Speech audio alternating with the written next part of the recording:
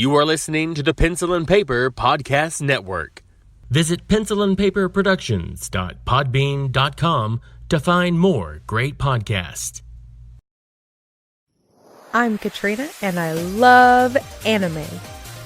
I'm Stephen, and I'm aware of anime. But what if that affection could rub off? Perhaps that excitement in her eyes got me curious. I could offer up some solid anime. I could give them a watch, just to see what all the fuss is about. And maybe, just maybe, I could learn to love anime too. Welcome to Inspired by a Weeaboo. Welcome back, my Weeaboo family. I am your host, Katrina, and with me, as always, is my husband, Stephen. Previously on Inspired by a Weeaboo. Yes. So, last episode, we kind of left you with a little bit of a cliffhanger, I guess. And we just finished episode 9. And it was definitely one of those extremely dark episodes. And I feel like one of the most, or the darkest one we've had so far. In my opinion. I mean, it explores a theme that I feel like needed to be explored in this show about humans and human emotion and behavior. Yes. So this was a good payoff for the setup that we had, I feel like. Yeah. Because we essentially start off with a quick recap of the last few minutes, of everything that we'd kind of talked about in the last episode. And then we cut back to Tatsumi and Shimada. I don't know why I called him Shimada. Maybe that's the way I wrote it. They're discussing, their revenge plots and what they were thinking about. And they both seemed to be on the same page. They were just like, yeah, these are garbage people and they need to be killed. And that's what we're going to do about it. And even Tatsumi starts showing, I guess, his true colors slowly but surely throughout the entire episode, because he starts off saying, he's been a cop for so long and he's seen so many horrific things and all these other people. And, he even says these are garbage people that just need to be offed. They need to be killed. And he's all for, Shimada getting out there and enacting his revenge. Yep. So at that point, they continue their game and do recall that in this version of the game, where they're kind of in sudden death, as it were, certain pucks have hearts and eyes, and then it attacks the other person, depending on who gets the score. So I think Shimada got hit, and then I think it was in the eyes, if I'm not mistaken. And then he has a flashback of him killing his sister's assailant. Yes. And, has the knife and everything like that. And then we kind of come back and he's holding the knife. I think he dug out the knife at that point, and he was just looking. Not at that point yet. No, not at that point. No. Okay. But then we kind of go back to the game, and then Tatsumi gets hit. Yes. And his was a heart hit. And then we see him. I don't think we really actually see him kill his wife's killer, but you hear the killer basically begging for mercy, and then you see blood splatter on the wall. So obviously, the detective did kill his wife's killer. And after he's done, he kind of sits back in a daze, and he hears his wife's voice thank him for getting the revenge. Right. And then when we kind of come back to the game, he looks like he's just had a heart attack or something like that. So Shimada's like, oh God, I'm sorry, I didn't mean to. And he's trying to get Deckham and the black-haired girl to do something. And of course, it's just like, Deckham's just like, hey, the game needs to be played. If you just go and play the game now, it'll be over because you can score right now because it's your puck. You could win. And Shimada's like, what are you talking about? Just help me out here. And, he's just, it's like he's having a hard time accepting what this is. Yes. And eventually Tatsumi gets up and, he seems kind of dazed a little spaced, but it's just him kind of accepting what's happened. I think he's just like, oh yeah, I remember now. Everything's fine. Mm-hmm. And Shimada's trying to just be like, I don't want to do this anymore. I don't want to play the game. I don't want to hurt you. And, Tatsumi's like, it's okay, man. We just need to get through this. We can get back to what we're trying to do. It's no problem. Just like a mutual respect. And just like, we're going to do this. We're going to finish this game and we're going to go back out there and we're going to take care of business. And Tatsumi gets hit again. Yes. He gets hit in the eyes. Yeah. And then we see him go back to another flashback where he has apparently, or was looking into Shimada's murder. Although... was looking into Shimada's sister's rape. Yeah.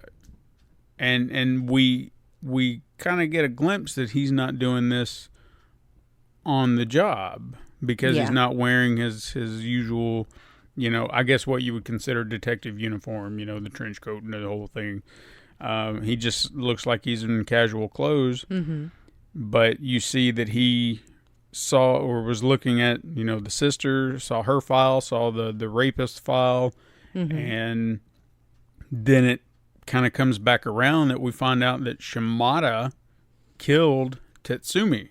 Yes. Tatsumi goes to the rapist's apartment, and this happened right after Shimada had killed the rapist. So he, doing that, kind of in the moment and killing the man, once that shock hit Shimada, he ran to the bathroom and got sick, and he hears, somebody come in, and in an earlier flashback, his sister says that there were two men.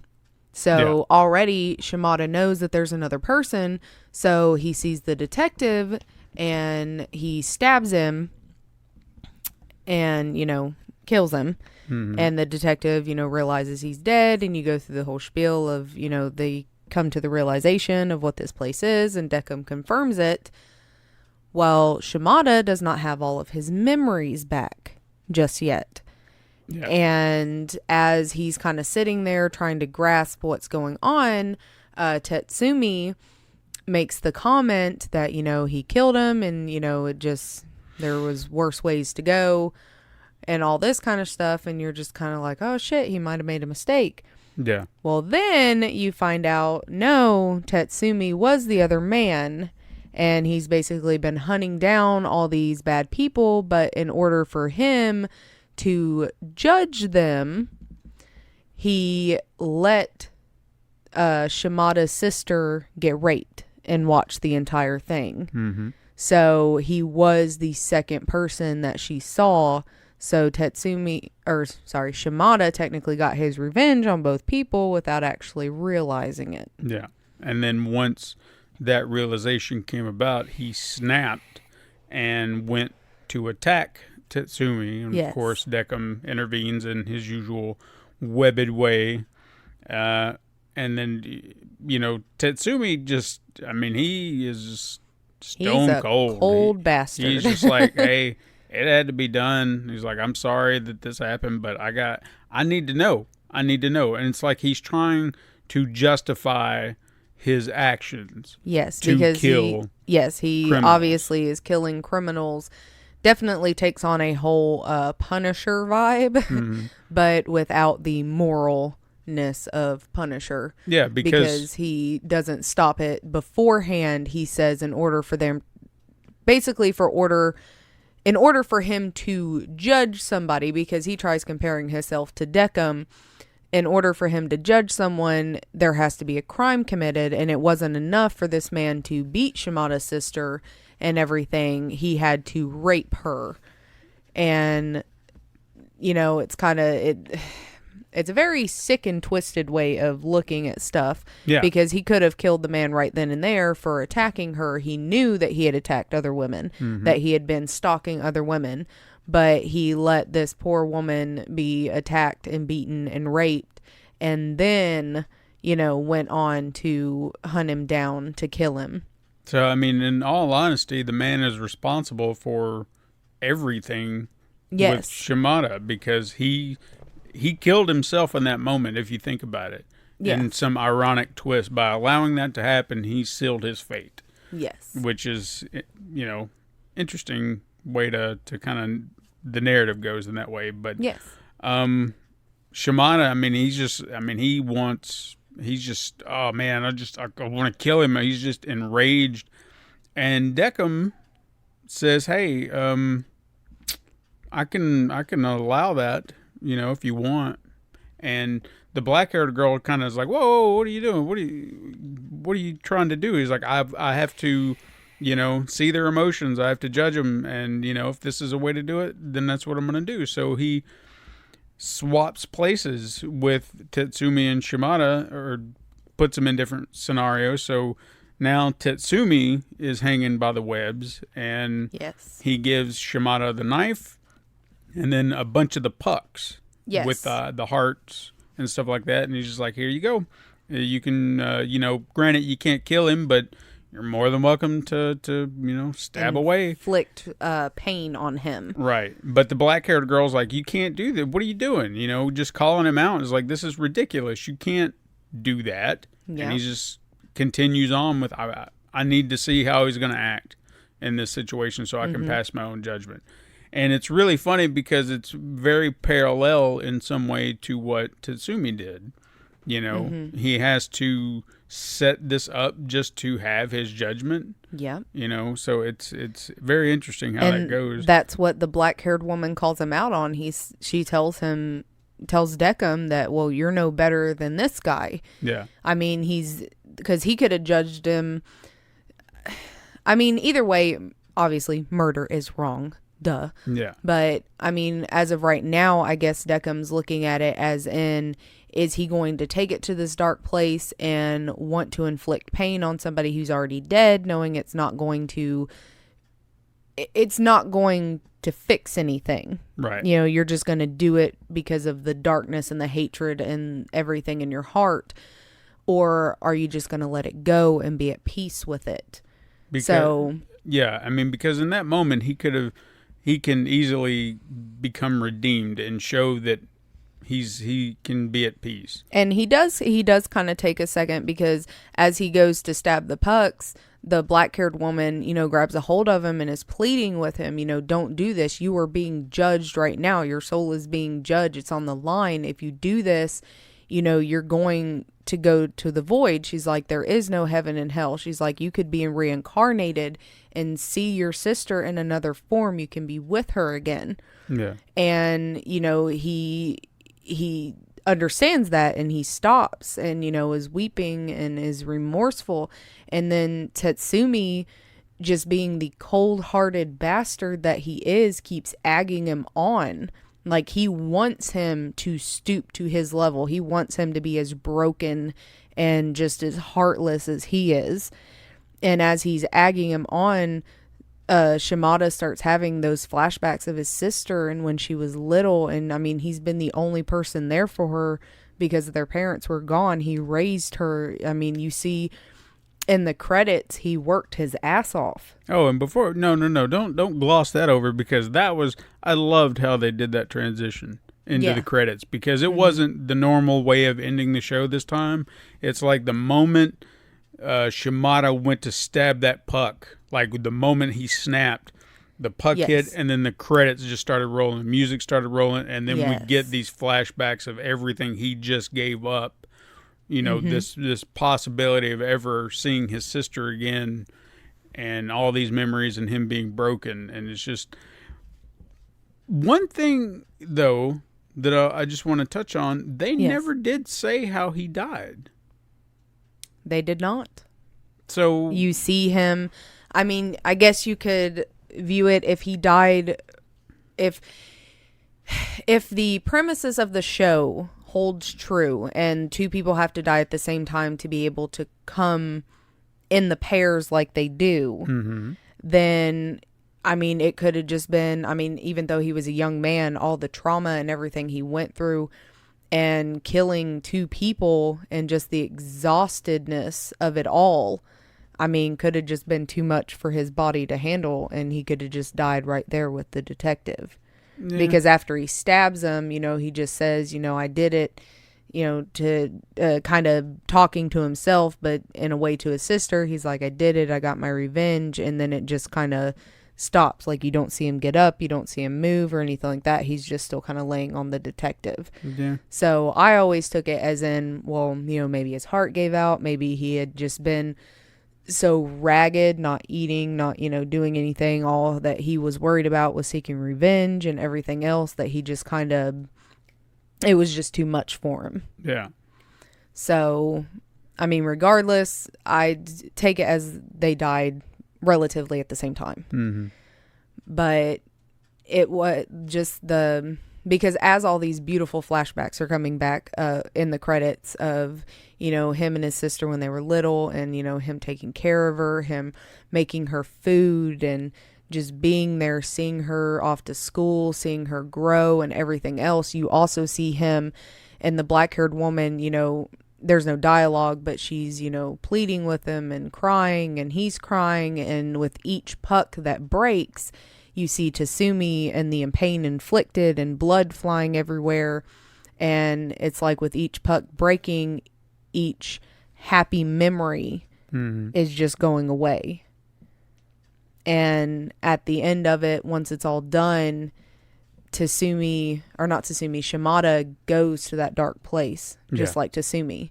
He says that he did it. He got his revenge, and he'll do whatever it takes to protect his sister. Mm-hmm. And he just has this really creepy grin, and just like you can just see his entire, everything he had ever lived for, everything he had ever tried to accomplish, everything he had ever done in his entire life was just completely gone.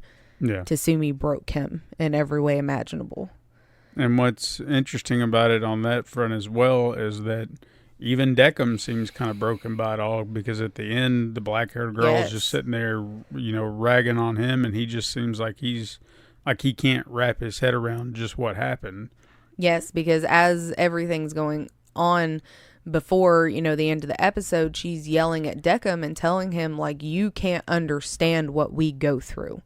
She's like, you can't understand human emotion. You can't understand, the depths of the soul. She says there's just as many emotions in the world as there are people, and Deckham will never be able to understand that. And as she's saying this, it's hitting him. Yeah. Like, for somebody who says, he doesn't have emotions and he's so robotic, he grabs his chest like he just can't handle it. His voice starts shaking and everything else. Like, he's really realizing he's not the type of person he thinks he is. Mm-hmm.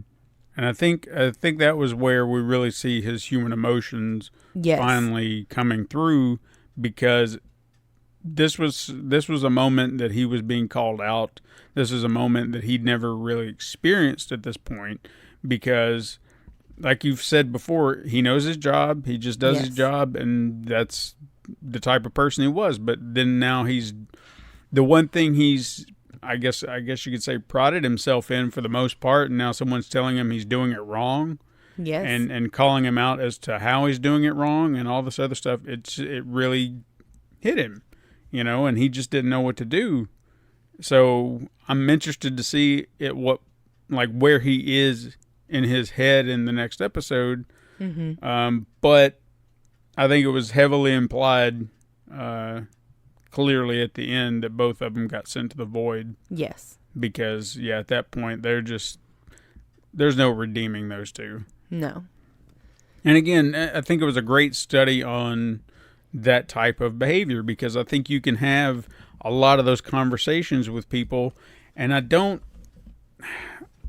think a lot of people, if you were to talk to someone and say, what would you do in this situation if someone you really love was killed? What do you think you would do?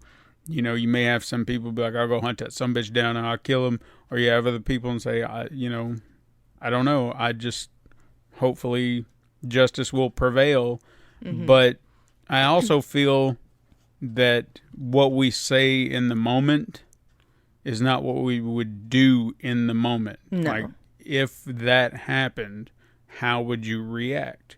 Yeah. Because I'm of the mindset to assume that I would probably want justice to prevail, but at the same time, I also feel like, I've said numerous times, somebody hurt, my wife or my kids, I'd go kill some bitch, but I don't know that. Mm-hmm. I don't know how I would react. I know I'd be angry. I know I'd be heartbroken, but I don't know if in my heart of hearts, in that moment, if I would have the darkness to go do that to someone. And as Shimada actually said in the episode at the beginning, was that, he didn't, this didn't happen, and then he just automatically was like, I'm going to seek revenge. He went to the cops. Yeah. He stated he went to the cops, and they did nothing. Yeah. They never brought the man in. He knew who he was. He knew, his sister knew, but nothing ever happened. So for this young man, revenge and killing this man was the only thing he could do to help his sister. Right. She asked him to do it. She wanted revenge. She wanted, them to suffer for what they did to her. And to him, to Shimada, that's the only thing he could do. That's all that was left, because he knew justice would never be served. Or at least he thought justice would never be served. If the cops, if Tatsumi, if he would have, let him know, like, hey, I'm working this or something like that, because he knew who he was. He knew who his sister was. He knew who the person was. If he would have, just let him know, like, hey, it's going to be taken care of. Don't worry about it. Yeah. Then none of the events would have ever happened. Yeah, there's a lot of things that are set up here that if just one thing would have changed, one, someone saying, I'm going to do this, or just letting someone know, or just intervening in general, none of this would have happened. And Tatsumi didn't know Shimada was going to kill him, because when he enters the room and sees the body, I'm pretty sure his words were like, what the hell? Yeah. So he didn't know Shimada was going to take revenge on the person who hurt his sister, because he was there to kill him. Yeah. That's why Tatsumi went to the apartment in the first place. He was going to kill him. But again, it wasn't like a killing him, like, this bastard did something horrible. I need to wipe him off the face of the earth. He let it go on. He's the reason these events happen. He's the reason Shimada got pushed to the point of killing him. I have no doubt, granted it's never, touched on, but I have no doubt that Detective Tatsumi is the reason the cops never intervened or ever did anything. Oh, yeah, for sure. So, it just plays on more and more and more. And honestly, if you look at the episode and even where Deckham is at the end of it and the emotion and everything else, I have no doubt this is why Nona sent this to him. Mm-hmm. She knew it was going to be hard. She knew it was something that he's never had to deal with. It's something that the black-haired woman hasn't had to deal with thus far. Everything else has been relatively cut and dry. Yeah. And for this, it really took a toll on both of them. Because at one point during the episode, the black-haired woman collapses and just is begging Deckham to make it stop.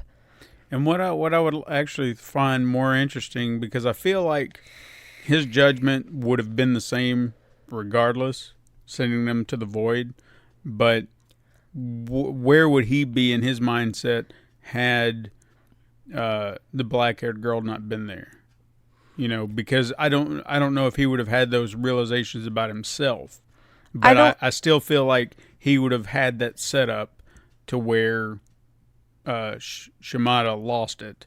And he was just like, oh, yeah, this is a dark son of a bitch. He needs to go. I feel like if Shimada hadn't have destroyed the pucks, hadn't have inflicted revenge again, hadn't have sunk to that level that Tatsumi was on, I feel like you said, he could have been redeemed. Yes, he murdered 2 people. Mm-hmm. But it was out of desperation. Exactly. Of just and again, murder is wrong. We are not condoning murder. No. But it was one of those out of desperation. And it wasn't, it was coming from a dark place, but he didn't take it to the dark place that Tatsumi brought it to. It was revenge. And there's been plenty of people in this world who have sought revenge on the people who have hurt the ones that they loved or hurt themselves and everything else.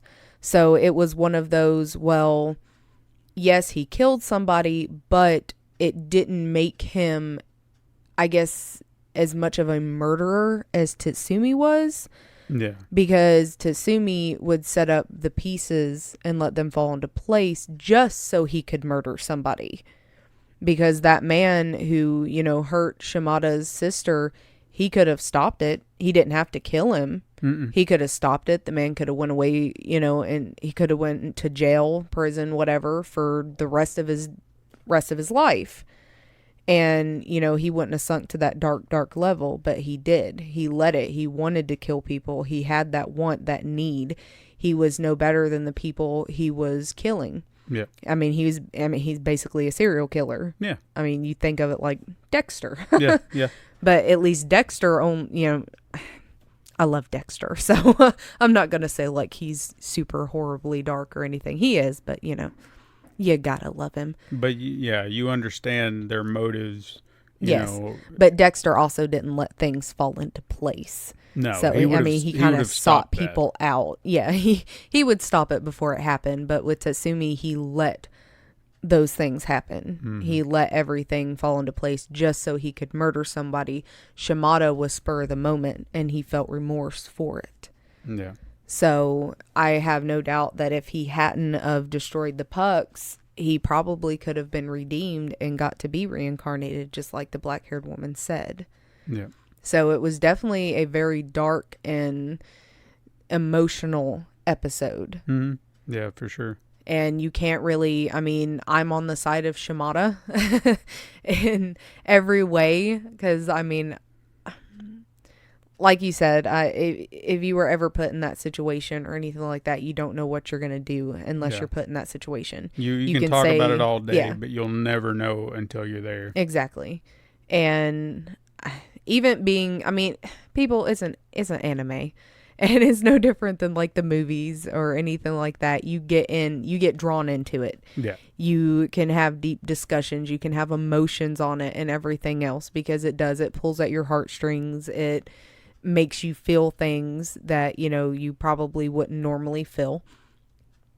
Or at least not at that depth. You get very into it, I guess you could say. And this is definitely one of those episodes that is heartbreaking and just very makes you think and everything, and it's definitely a good episode.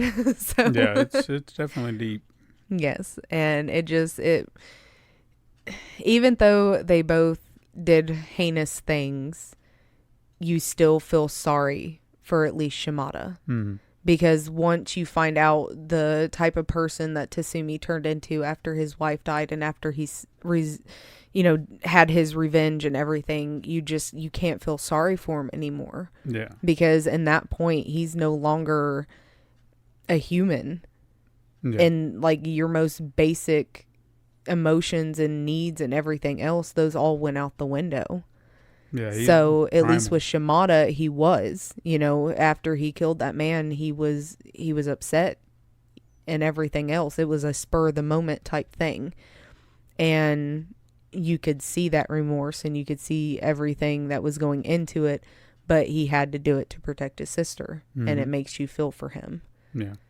So even though these episodes are short and you don't get to know the characters as much as you would in a movie or, a super long TV show or anything like that, you still get those feelings and those attachments to them, I guess. But I think that's a testament to the writing. That it's definitely told in such a way, because if this episode would have been just the 20-minute episode, like they had to try to cram that in, there's no way you wouldn't have had that impact. The fact that they broke it up into 2 episodes was very smart, because you needed that proper setup. Yes. And then you knock them down and you do it right, because that was the way to do it. So, and granted, as you can see, we're definitely talking much longer than we were last, because we probably could have combined these into 2 episodes, but what's the fun in that? Then you start looking at it and be like, why is this one only half of the episode? This is why, you see, we brought you in, knock them down, boy. Yeah. So it's just, like I said, I think it really goes back to solid writing and knowing exactly, because even I'll be honest with you, going back to the end credit thing, I know it seems so simple, but as someone who can appreciate good editing and timing and things like that, that was the right way to go about that, because the music itself, it's the same song that plays at the end of every episode, but for whatever reason, it really amplified that moment. Yes. And really brought those emotions up, because it's just like, damn, you feel it. So it was a very smart decision to do what they did.